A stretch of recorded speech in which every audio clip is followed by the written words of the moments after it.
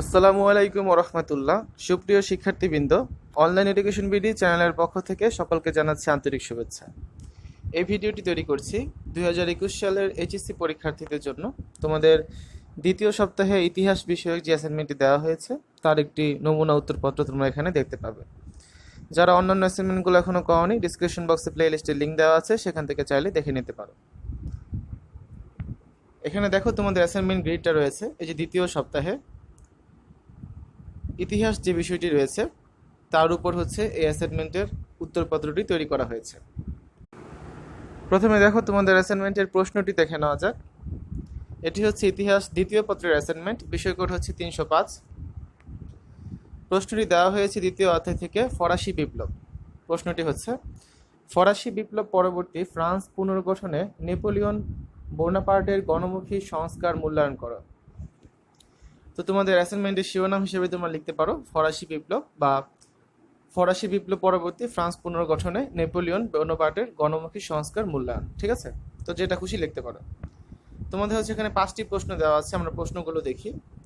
প্রাক বিপ্লব ফ্রান্সের অর্থনৈতিক ও রাজনৈতিক অবস্থা, বিপ্লবের ঘটনা প্রবাহ, বিপ্লবের প্রভাব, নেপোলিয়ন বোনাপার্টের গণমুখী সংস্কারসমূহ, নেপোলিয়ন বোনাপার্টের গণমুখী সংস্কারসমূহের মূল্যায়ন। তো এই 5টি প্রশ্ন তোমাদের দেওয়া হয়েছে। তাহলে চলো শিক্ষার্থীরা, তোমাদের এই প্রশ্নগুলোর উত্তর আমরা দেখে নিই। উত্তরপত্রে যাওয়ার আগে বলে নিচ্ছি, হুবহু লিখলে হচ্ছে তোমাদের খাতা বাতিল হয়ে যেতে পারে, তাই এখানে বড় করে দেওয়া হয়েছে। তোমরা এখান থেকে নিজেদের মতো করে ছোট করে লিখতে পারো। ঠিক আছে, এত বড় কিন্তু কখনোই লিখবে না, ছোট ছোট করে প্রতিটা পয়েন্ট থেকে কিছুটা না কিছু লেখার চেষ্টা করবে। ফরাসি বিপ্লব পরবর্তী ফ্রান্স পুনর্গঠনে নেপোলিয়ন বোনাপার্টের গণমুখী সংস্কার মূল্যায়ন। প্রাক বিপ্লব ফ্রান্সের সামাজিক, অর্থনৈতিক ও রাজনৈতিক অবস্থা বর্ণনা। এটা হচ্ছে কয়ের উত্তর। প্রাক বিপ্লব ফ্রান্স। ফরাসি বিপ্লব কোনো আকস্মিক ঘটনা ছিল না। ফরাসি পুরাতন সমাজ ব্যবস্থার মধ্যে এর প্রেক্ষাপট তৈরি হয়েছিল। পুরাতন সমাজ ব্যবস্থা সংখ্যাগরিষ্ঠ মানুষের জীবনে উন্নতির কোনো স্বাদ এনে দিতে ব্যর্থ হয়। শোষণ, নির্যাতন, বঞ্চনা ও হতাশায় সংখ্যাগরিষ্ঠ মানুষ নিমজ্জিত ছিল। তো এখানে হচ্ছে তোমাদের লেখা আছে, প্রথমে দেখবো হচ্ছে আমরা সে সম্পর্কে জানতে হলে পূর্ববর্তী ফরাসি সমাজ, অর্থনীতি, রাজনীতি এবং নতুন চিন্তার উন্মেষ কীভাবে ঘটেছিল তা জানা অপরিহার্য। তো প্রথমে আমরা দেখি সামাজিক অবস্থা। ফ্রান্স সহ ইউরোপের তৎকালীন সমাজ ব্যবস্থাকে পূর্বতন সমাজ বলা হয়ে থাকে। বিপ্লব এই পুরাতন ব্যবস্থাকে ভেঙে নতুন সমাজ সৃষ্টিতে অবদান রেখেছিল। তবে এখানে হচ্ছে প্রথমে তৎকালীন ফ্রান্সের সামাজিক ব্যবস্থা সম্পর্কে লেখা আছে। তোমরা এখান থেকে সর্বোচ্চ 5-6 লাইন লিখলেই হবে, এত বড় লিখতে হবে না। ঠিক আছে, কারণ অনেক বড় একটি অ্যাসাইনমেন্ট। এখানে ডিটেলস দেওয়া আছে, তোমাদের যার যে এখান থেকে ইচ্ছে সেখান থেকে কয়েকটি লাইন করে তোমরা লিখে দিবে। তারপর হচ্ছে অর্থনৈতিক অবস্থা। 18 শতকে ফ্রান্স ছিল মূলত একটি কৃষি প্রধান দেশ। 1789 খ্রিস্টাব্দের পূর্ব মুহূর্তে ফ্রান্সের মোট জনসংখ্যা ছিল 2,50,00,000। বিপ্লব পূর্ব ফ্রান্সে 2 পদ্ধতির কর ব্যবস্থা চালু ছিল, প্রত্যক্ষ কর এবং পরোক্ষ কর। প্রত্যক্ষ কর হচ্ছে, এখানে প্রত্যক্ষ করগুলো দেওয়া আছে। তারপর হচ্ছে আমরা পরোক্ষ করগুলো দেখব। এরপর দেখো, আমরা হচ্ছে অর্থনৈতিক অবস্থা দেখলাম এবং সামাজিক অবস্থা দেখলাম। তারপর আছে তোমাদের রাজনৈতিক অবস্থা। পুরাতন ব্যবস্থায় ফ্রান্সের রাজতন্ত্র স্বৈরতান্ত্রিক রূপ ধারণ করে। রাজতন্ত্র ধর্মযাজক ও অভিজাত সম্প্রদায়কে হাতে রেখে দেশের শতকরা 96 জন মানুষকে নির্মমভাবে শোষণ করতে থাকে। এখানে হচ্ছে তোমাদের রাজনৈতিক অবস্থা নিয়ে লেখা আছে। দেখো, কেন্দ্রীয় শাসনে রাজ পরিষদ এবং 6 জনের একটি মন্ত্রিসভা কার্যকর ছিল। সর্বত্রই ব্যক্তি স্বার্থ, স্বেচ্ছাচার, দুর্নীতি ও অমিতব্যয়িতার বিস্তার ঘটার ফলে পুরাতন ব্যবস্থা মানুষের কাছে অসহনীয় হয়ে ওঠে। ফ্রান্সে অর্থনৈতিক সংকট তীব্রতর হতে থাকে।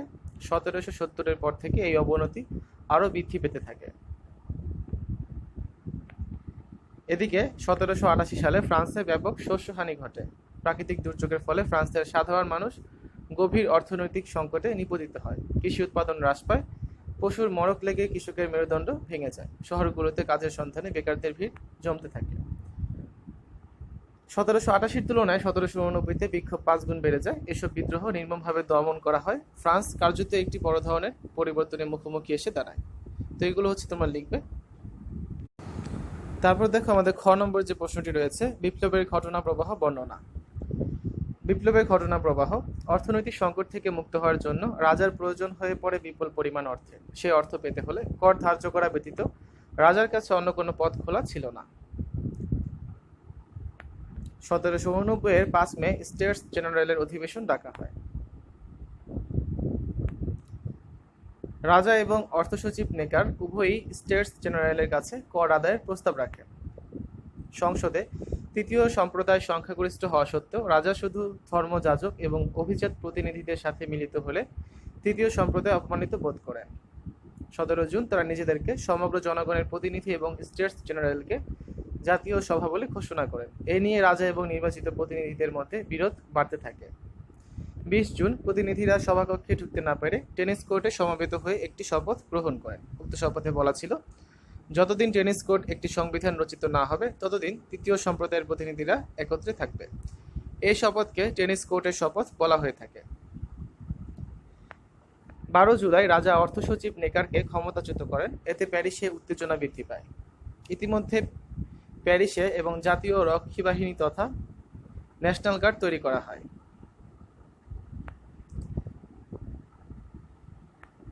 ঘটনাবলী এবং বাস্তিল দুর্গ বিপ্লবীদের হস্তগত হওয়ার সংবাদ অবগত করা হলে তিনি স্বগত উচ্চারণ করেন, এটা বোধ হয় হাঙ্গামা। পাশেই দণ্ডায়মান সভাসদ বললেন, না রাজা মহাশয়, এ বিদ্রোহ নয় মহাশয়, এ হচ্ছে বিপ্লব। প্রকৃতপক্ষে ফ্রান্সে বাস্তিল দুর্গ পতনের পর থেকে যে পরিবর্তন সূচিত হয়েছিল তা দ্রুতই সমাজ, রাজনীতি, অর্থনীতি, ধর্ম, শিক্ষা, সংস্কৃতিকে ব্যাপক প্রভাব ফেলতে শুরু করে। ফ্রান্সে কৃষি বিপ্লবের পর থেকে সামন্ত ব্যবস্থার জমিদারি প্রথার উচ্ছেদ সাধন হয়। 1789 থেকে 1795 সাল পর্যন্ত সময়ে ফরাসি বিপ্লব যেসব কার্য সাধন ও বাধা বিপত্তি অতিক্রম করে চলছিল তা সংক্ষেপে আলোচনা করা হলো। তারপর দেখো তোমাদের গ নং প্রশ্নের উত্তর, ফরাসি বিপ্লবের ফলাফল মূল্যায়ন। ফরাসি বিপ্লবের ফলাফল। ফরাসি বিপ্লব ফ্রান্সের সমাজ ব্যবস্থা, রাষ্ট্র পরিচালনা, শিক্ষা ও সংস্কৃতির ক্ষেত্রে ব্যাপক পরিবর্তনের সূচনা করে। বিপ্লবের আগে ফ্রান্স ছিল একটি সামন্ততান্ত্রিক দেশ। বিপ্লবের মধ্য দিয়ে তা পুঁজিবাদী ধারায় বিকশিত হতে থাকে। এই বিপ্লব ফরাসি জাতির মধ্যে জাতীয়তাবাদী চেতনার সঞ্চার করেছে। ফ্রান্সের রাজনৈতিক শক্তির উত্থান ঘটার সুযোগও এই বিপ্লবের ফলেই শুরু হয়। ফরাসি বিপ্লব শুধু ফ্রান্সের সমাজকে নয়, গোটা ইউরোপকেও আলোড়িত করেছিল। গণতন্ত্র, যুক্তিবাদ, ব্যক্তি স্বাধীনতা, সাম্য, শোষণ মুক্তি, নাগরিক অধিকার ইত্যাদি ধারণা ফরাসি বিপ্লব পরবর্তী ইউরোপের রাষ্ট্রসমূহে বিস্তার লাভ করে। তাই 1789 সালের বিপ্লবকে আধুনিক ইউরোপের নতুন পর্ব হিসেবে অভিহিত করা হয়ে থাকে। ফরাসি বিপ্লব রাতারাতি সব পরিবর্তন নিয়ে আসেনি। অনেক ভুল ভ্রান্তি ও বিচ্যুতির পরও ফ্রান্সের জনগণ বিপ্লবের আদর্শকে ত্যাগ করেনি। ফ্রান্সের জনগণ তারপরও বিপ্লবের আদর্শের কাছে ফিরে যাওয়ার আকাঙ্ক্ষা থেকে 1830 ও 1848 সালের পরপর দুটি বিপ্লব সংগঠিত করেছে। 1871 সালে প্যারি কমিউন গঠিত হয়েছে ফরাসি বিপ্লবের চেতনা থেকে। ফ্রান্স বিপ্লবের আদর্শকে ত্যাগ করেনি, বরং এর আদর্শে উদ্বুদ্ধ হয়ে বারবার বিপ্লব সংগঠিত করেছে। ফরাসি সমাজ বিপ্লবের আদর্শকে এখনো ত্যাগ করেনি। এখনো বিপ্লবের সকল নায়ক, নেতা, কর্মীকে তারা শ্রদ্ধা করে। ফ্রান্সের অনেক রাস্তাঘাট ও প্রতিষ্ঠানের নামকরণ করা হয়েছে এই বিপ্লবীদের নামে। ফরাসি বিপ্লব এভাবেই ফরাসি জাতির কাছে মহান এক ঐতিহাসিক কালপর্ব হিসেবে সমাদিত হয়েছে। পৃথিবীর সব দেশেই ফরাসি বিপ্লবের ইতিহাস অত্যন্ত গুরুত্বের সাথে পঠিত হয়। ফরাসি বিপ্লবের দেশীয় ও আন্তর্জাতিক তাৎপর্য এখানেই নিহিত রয়েছে। তারপর দেখো আমরা ঘ এবং উমনং প্রশ্নের উত্তর একসাথে দিয়েছি, তোমরা চাইলে আলাদা করে লিখতে পারো। অর্থাৎ এখানে তোমাদের যে ব্যাখ্যাটা চাওয়া হয়েছে এবং মূল্যায়ন চাওয়া হয়েছে তা হচ্ছে একসাথে করে দেওয়া হয়েছে। নেপোলিয়ন বোনাপার্টের গণমুখী সংস্কারসমূহের ব্যাখ্যা ও মূল্যায়ন। দেখো নেপোলিয়ন বোনাপার্টের সংস্কারগুলো কি। ফরাসি দেশকে আধুনিক চরিত্র দানের জন্য নেপোলিয়ন বোনাপার্ট প্রশাসন, আইন, বিচার, ধর্ম, শিক্ষা, অর্থনীতি সহ বিভিন্ন ক্ষেত্রে অভূতপূর্ব সংস্কার সাধন করেন। ফরাসি সমাজ ও রাষ্ট্রীয় জীবনে শান্তি, শৃঙ্খলা ও নিরাপত্তা নিশ্চিত হয়। নেপোলিয়ন বোনাপার্টের সূচিত উল্লেখযোগ্য সংস্কারসমূহ এখন আলোচিত হচ্ছে। 1 নম্বরে হচ্ছে প্রশাসন বিকেন্দ্রীকরণ। 1789 সালে বিপ্লবের পর ফরাসি দেশে প্রশাসনকে বিকেন্দ্রীকরণ শুরু করা হয়। এর ফলে জেলা ও প্রদেশের সঙ্গে কেন্দ্রীয় সম্পর্ক শিথিল হয়ে পড়ে। তো এখানে প্রশাসন বিকেন্দ্রীকরণ সম্পর্কে লেখা আছে, তোমরা এখান থেকে 2-3 লাইন লিখবে তাহলে চলবে। তারপর হচ্ছে অর্থনৈতিক সংস্কার। ফ্রান্সের অর্থনৈতিক ব্যবস্থা সামন্ততান্ত্রিক ছিল, ফলে ফ্রান্স আর্থিক ও রাজস্ব সংকটে জর্জরিত ছিল। বিপ্লবের পর বিক্ষিপ্ত বিচ্ছিন্নভাবে কিছু কিছু সংস্কার আনা হলেও রাজনৈতিক অস্থিরতা ও সংকটের কারণে ফ্রান্স আর্থিকভাবে দ্রুত উন্নতি লাভ করতে পারছিল না। 3 নম্বরে হচ্ছে আইন সংস্কার। নেপোলিয়ন নিজেই বলেছেন, আমার যে কাজটি চিরস্থায়ী হবে তা হলো আইন সংহিতা। ফ্রান্সে আগে তেমন কোনো বিধিবদ্ধ আইন ছিল না। নেপোলিয়ন অত্যন্ত জটিল এবং দুরূহ এই কাজটি সম্পন্ন করেছেন। বিপ্লবের অন্যতম আদর্শ সামাজিক সাম্যের প্রতি দৃষ্টি রেখে আধুনিক ফরাসি সমাজ গঠনের লক্ষ্যে আইন পরিমার্জন প্রণয়ন করা অপরিহার্য হয়ে পড়ে।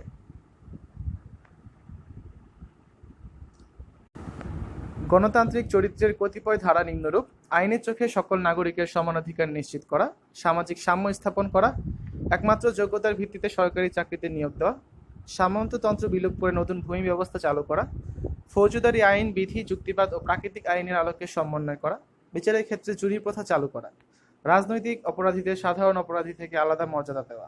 মূলত ব্যক্তি স্বাধীনতা, আইনি দৃষ্টিতে সমতা, রাষ্ট্রের ধর্মনিরপেক্ষ চরিত্র, বিবেকের স্বাধীনতা, ধর্মীয় স্বাধীনতা নেওয়ার অধিকার ইত্যাদি স্বীকৃত নয়। শুধু ফ্রান্সের জন্যই নয়, ইউরোপের দেশ ও জাতিসমূহকেও আন্দোলিত করে। ফ্রান্সের শ্রেষ্ঠত্ব ও কর্তৃত্ব অনেক দেশই সে কারণে মেনে নিতে প্রস্তুত ছিল।